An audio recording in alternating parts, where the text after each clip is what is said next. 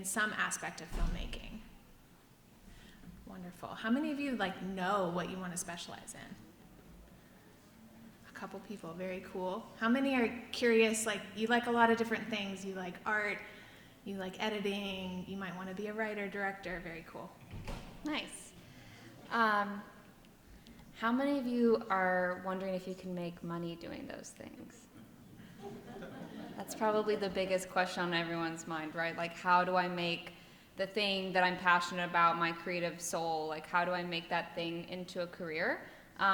So we want to talk a little bit about how we got where we are today, and hopefully that'll illuminate maybe a path forward for you and maybe answer some questions. Do you want to start by telling them maybe where you are now and what you specialize in, and we can kind of reverse engineer it from there? Yeah, so I am a co-founder of Honeyhead Films. I'm a screenwriter and a director, and that's usually what I say now when people ask. But if you had asked us, even 3 years ago, I would have said, I'm the media director of Honeyhead. I'm a cinematographer. I'm a writer. I'm a director. I'm an editor. Sometimes I'm DIT. Sometimes I'm also a producer. Sometimes I have to AD. I don't really like ADing. It's kind of there would just be a list. The list would go on and on of things. Colorist. So that's whatever the production needed, I would jump in and do it. So I wore a lot of hats, and that comes from being self-taught. So I didn't go to film school. I thought I wanted to own a theatrical production company when I was in college, so I went to school to study theater, and I quickly realized that wasn't really something I could turn into a career, a viable career. I didn't really want to go to New York or Chicago and kind of get into the live theatrical production space there. It wasn't really a fit for me from a lifestyle standpoint.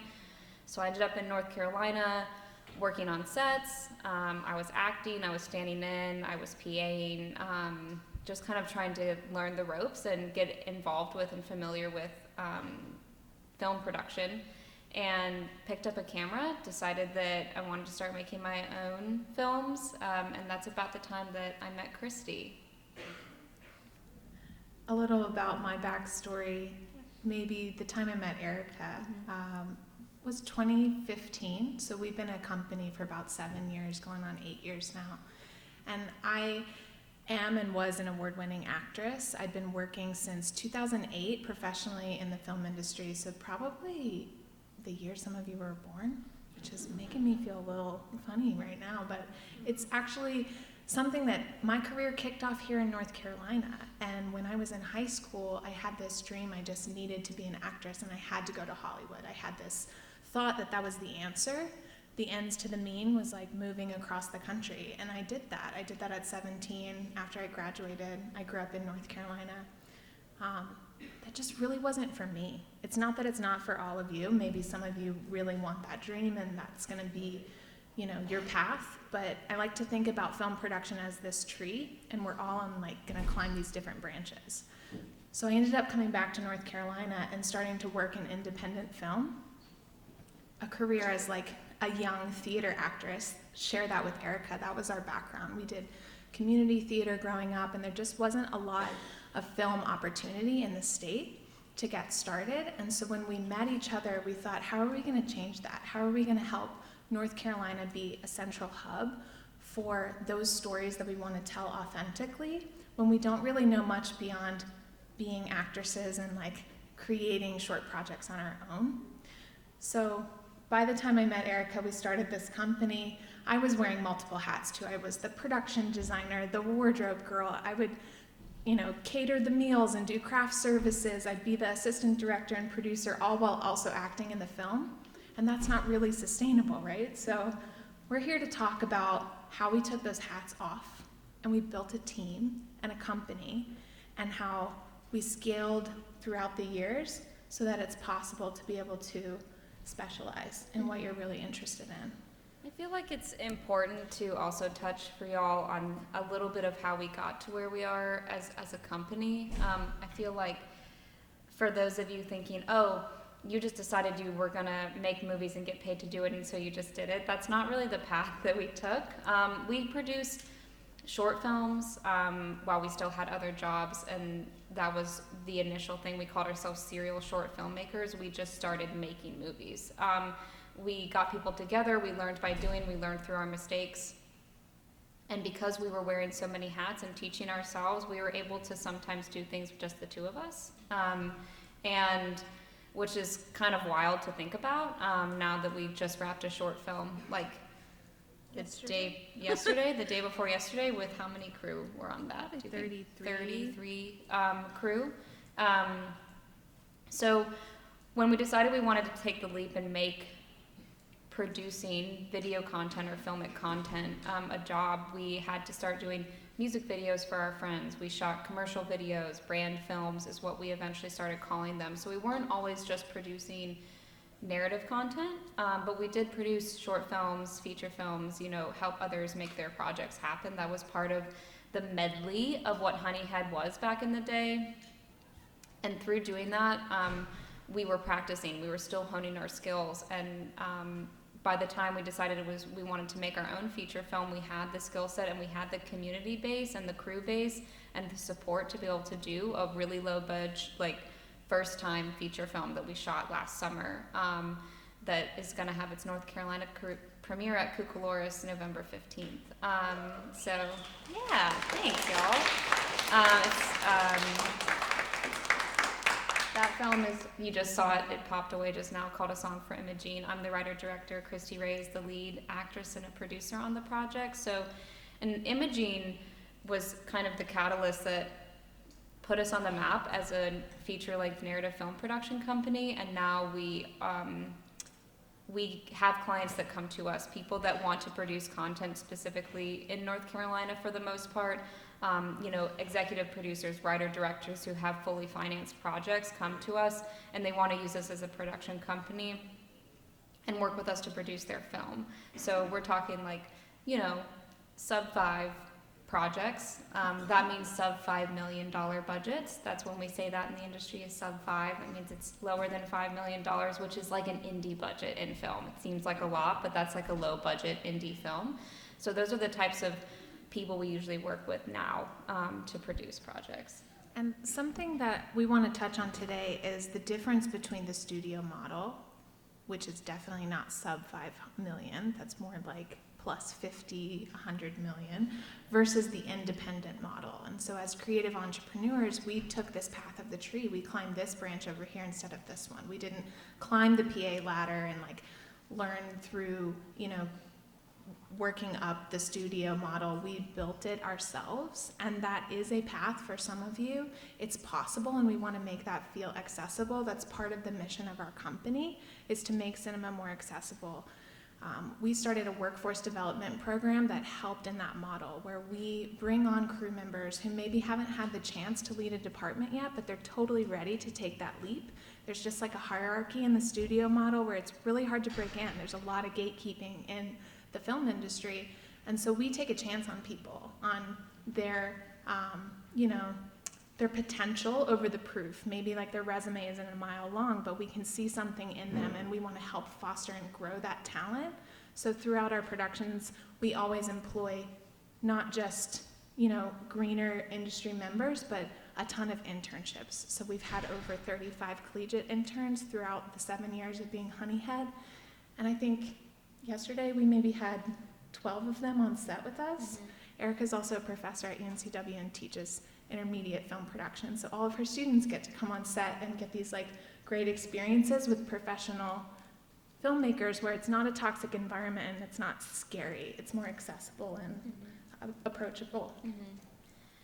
And talking about independent filmmaking, a lot of that comes in with how do you operate as a film set? How do you make things with smaller budgets? So a reason why people like to work with us is because we have these frugal mindsets, and we like to do things like scout locations that already have built-in production design.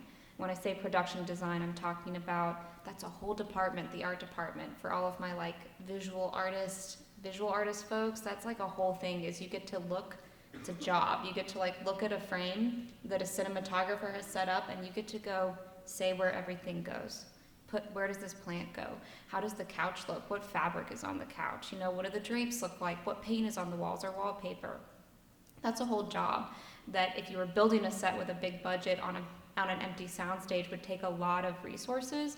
We like to go find homes where we can talk to location owners, homeowners, or someone that owns the convenience store down the street and say, this is real life, this is authentic, and we want to use this location, you know, and there's not a lot that has to be done. We don't need the huge budgets to come in and build these from the ground up. So that's a big part of our model, along with the workforce development.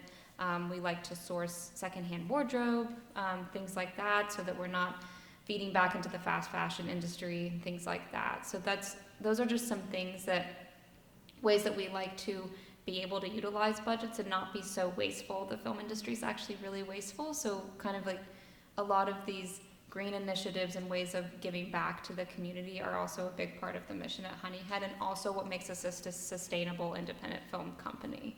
And the last thing I'll say about entrepreneurship is, if you look up the definition, does everybody know what an entrepreneur is? Some of you, maybe not so much.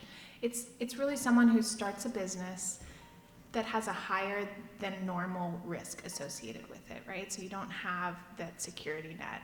And the way that we have decided and formed our company and how to mitigate those risks are all those things that Erika and I have talked about, working with newer crew members and investing in their growth as well, finding your tribe and like growing together as a community, implementing all of those, you know, frugal mindsets and how we produce productions. Those are ways as entrepreneurs we've gotten around those hurdles of like finding a lot of financing and like breaking through our own gate and breaking down the barriers so it just feels a little bit more accessible for other people as well. We definitely want to leave time for a lot of questions, so does anybody have any? We can take a pause and, yes? Find your actors. Casting? That's super fun. Yeah. As a writer, I like to write for actors, but when maybe there's roles that I didn't write for or that we still need to cast, and that's a really fun part of the process. Or we just cast a feature film that came to us and we produced it. We were the local production company, and so we had to cast everyone except for like the 2 leads that were coming in from LA. So we use social media, we use Actors Access, Breakdown Express, that's a big one. Anyone that's interested in acting, I would encourage you to be on that platform. That's kind of the industry standard and where you'll see a lot of breakdowns. That's actorsaccess.com. So we use those, and a lot of times if it's local or hyper-local, or we love to draw from our database of actors. So anyone we've ever worked with, we have a headshot. We'll periodically ask for updated headshots. We have a whole spreadsheet of actors that and where they're located and their types and all of that. So we like to draw from people we've worked with before, and we are always receiving new resumes and new headshots of not just cast but crew as well. So, but it's pretty standard. You know, we'll ask for submissions, receive headshots. Anyone that we want to see tapes from, we'll ask for that.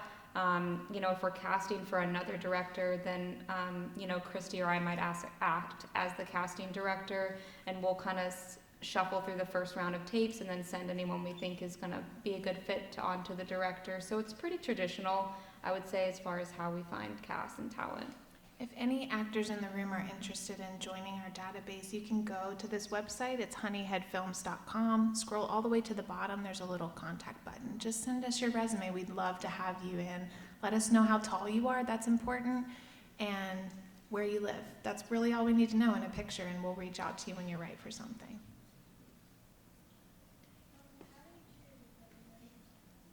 Can you say that just a little louder? The name. The name. You should talk about that. Honeyhead. So there was a time where Erika was a blonde, and it made a little more sense. We all live in the South. Has everyone ever been honeyed? Have you been sweethearted? Yeah? It came from wanting to take back what that meant to be, honeyed, right? It's like an empowering term. Now we're the honeys, and it means something, especially in Wilmington. It's like an empowered term. So we were tired as women of just being kind of like shooed aside, we got this, honey, and we thought, let's put our smart brains on and take back that meaning. And also, we were both like blonde at the time, and it was kind of a cute double meaning. Great question, Grace. What's your question? How old do you have to be to do the acting? Any age. We just had a 9-month-old baby as an actress 2 weeks ago. You're definitely old enough. Whenever you're writing a story, do you prioritize the budget or do you prioritize the story and then think about the budget? It's a great question. That's a really good question. If you couldn't hear, the question was, when you're writing, do you prioritize the story or the budget? They kind of meet in the middle usually. We try not to, especially with our own projects, like limit it to a certain budget. It's easier as a writer, I will say, to go big and then scale back. Imagine you would have the biggest budget you could ever ask for, because you might. You know what I mean? You might meet that right person. Maybe it takes them a year to get back to you, but they are interested in you as an artist and a creator. So it's always easier to write big and then scale down and scale back the project. But definitely for our first feature, we wrote it knowing that it was going to be a lower budget project. And so we didn't, it's like limited locations. It's all set in our own backyard. We're not going to have to travel crew too far, do anything, big special effects, big, makeup, or anything like that. So, crazy locations. Is not set in space, so there's, right, what you know. Yeah, so like definitely for a first film, but we're developing our second feature now, and that's going to be a much broader scope, and we're not really writing to fit into any sort of budget for that. Yeah, that's a good question. We're teaching a workshop on Sunday at, I think, 12 or 12:30. That's about how you're gonna pitch that big project, but you have to make a smaller one first. So it's about creating your calling card film that's gonna open the doors to being able to have a bigger budget too. It's a great question. We probably have time for a few more. Yes. What's the longest film and what was the schedule like? A Song for Imogene, which keeps kind of popping through. I think we shot that for 21 days, all in North Carolina in the month of June, last summer. And the runtime, it's an hour and 43 minutes, or it's 143 minutes. It's an hour 43. It's an hour and 43 minutes. It's definitely not 2.5 hours. Let's get that wrong. That would be funny. So you're doing like a 21-day shoot, is it like 12-hour days? Mm-hmm. Yep. We did breakfast and lunch on that. We had a commute. It was like a 40-minute drive for our crew to get out to the country where we were shooting, so we offered breakfast as a courtesy, yeah. But we break every 6 hours for a meal. And we did a 12-hour day, but but it was with travel. Door to door, we wanted our crew to be wrapped in 12 hours, so we were usually shooting for about 10 if you take lunch away from the shooting time, yeah. Any other questions? I see you One in the more front. from our Yeah. friend. What was your favorite movie to film? Aw. Favorite movie to film was the question. I gotta say, Imogene. Yeah. It was an experience of a lifetime. This movie, it means a lot to both of us. It's a project that started out as a short film, $0, and we played sisters when we first met in 2015. And that short film grew into a feature, and then it finally came to life last summer. We had the best crew. It was such an important project for so many people. So I think that was my favorite. I don't know about you. Oh yeah, that's the first feature that I wrote and directed. So yeah, that's definitely the favorite project for now. Mhm. Who knows what that answer will be in a year from now? We might be able to squeeze one more in. Was there a hand? Hi. What's your most well-known movie? Most well known? Probably same answer. I mean, Maybe Lorelai. Maybe Lorelai the short. This short really spoke to people like the characters did. I will say it's buried in the internet. No one can find it ever again because from a production value standpoint, it doesn't really reflect the work we do now. But we had festivals asking to program that short film like 2 years after we made it, and we had to start saying no because we didn't want people to see it and think that was the type of work we were producing from not a story standpoint but a production value standpoint, camera coloring, sound, all the things that we were still learning when we were making that didn't reflect the work we do now, so we had to bury it. But yeah, people loved that short film. So They've been invested in the characters for many years. I think it screened at Tryon in like 2017. So it's been with us a long time, but it turned into this movie. And that's part of the workshop, is like taking it from a zero budget short to a feature, and then what that feature does to open the door for you. Thanks so much for we're getting all of your incredible questions. Just to confirm that their workshop will be on Sunday at 12:30 to 2 on the VH stage. So thank you so much.